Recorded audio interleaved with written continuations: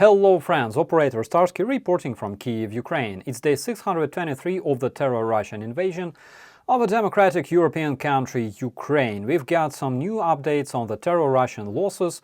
Only several days ago we celebrated 300,000 eliminated Russian invaders, and now the number is 307,000. Yesterday, the Toilet Army lost approximately 780 Russian hobos in Ukraine, 8 tanks, 22 armored vehicles, 32 artillery systems and MLRS combined. And as you can see, 47 supply vehicles and fuel trucks were destroyed in just a single day. The Ukrainian defenders showed a cringy video of a Russian terrorist eliminated by a strike drone while taking a dump on the Ukrainian land.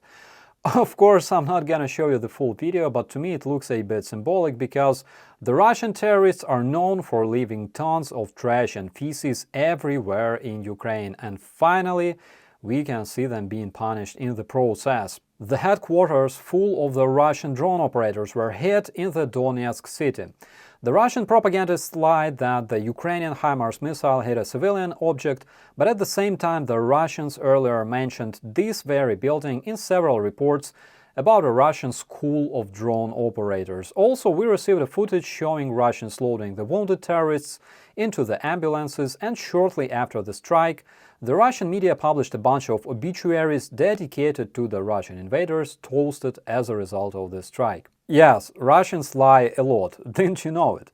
The Russian terrorists revenged with striking a residential area, a hospital, a kindergarten, and an invincibility point in Kherson Oblast. Invincibility points were organized all over Ukraine last year to help civilians withstand the winter, and those places are full of civilian people looking for electricity and warm shelter. The Russian missile carrier recently obliterated in Crimea became the first ever Russian ship that got destroyed even before it was completed. The Ukrainian security service operators published a video greeting from Yalta, Russian-occupied Crimea, because there's no place for invaders to hide from Ukraine. We are everywhere.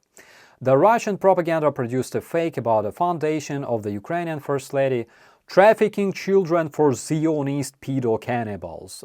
The Russians simply registered a fake website, snatched a bunch of photos of the Ukrainian kids, and posted them on a website allegedly belonging to the First Lady.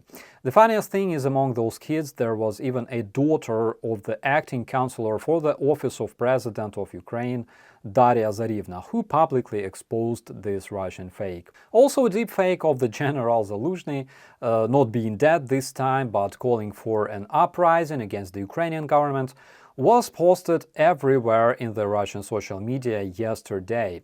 The Russian propagandists are trying to promote the misinformation about a conflict between the president and the chief of the general staff of Ukraine for quite a while. And as you can see, they even started using deep fakes. So many efforts put into sowing discord and bullshitting people all around the world, instead of raising the salaries for the Russian teachers. Alexei Pakhomov, Minister of the Education of the Orenburg Oblast of Russia, offered not to increase the payment for the Russian teachers because, quote, the Russian teachers will be working for money instead of a vocation. Oh my god, this is so cool. What? Innokenty, you want to have a raise? Are you crazy? Don't you like your job? FSB, I have a capitalist here. Holy mother of duck, I love it. An average payment of a Russian teacher, depending on a region, is equal to 45,000 Russian rubles, or less than $350–450 US per month.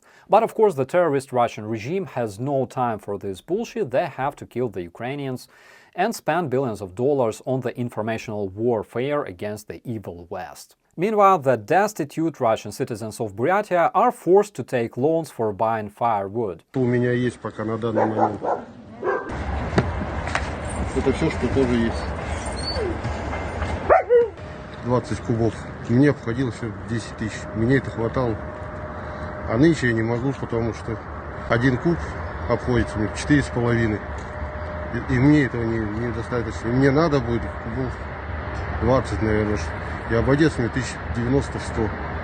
И я не располагаю такими средствами.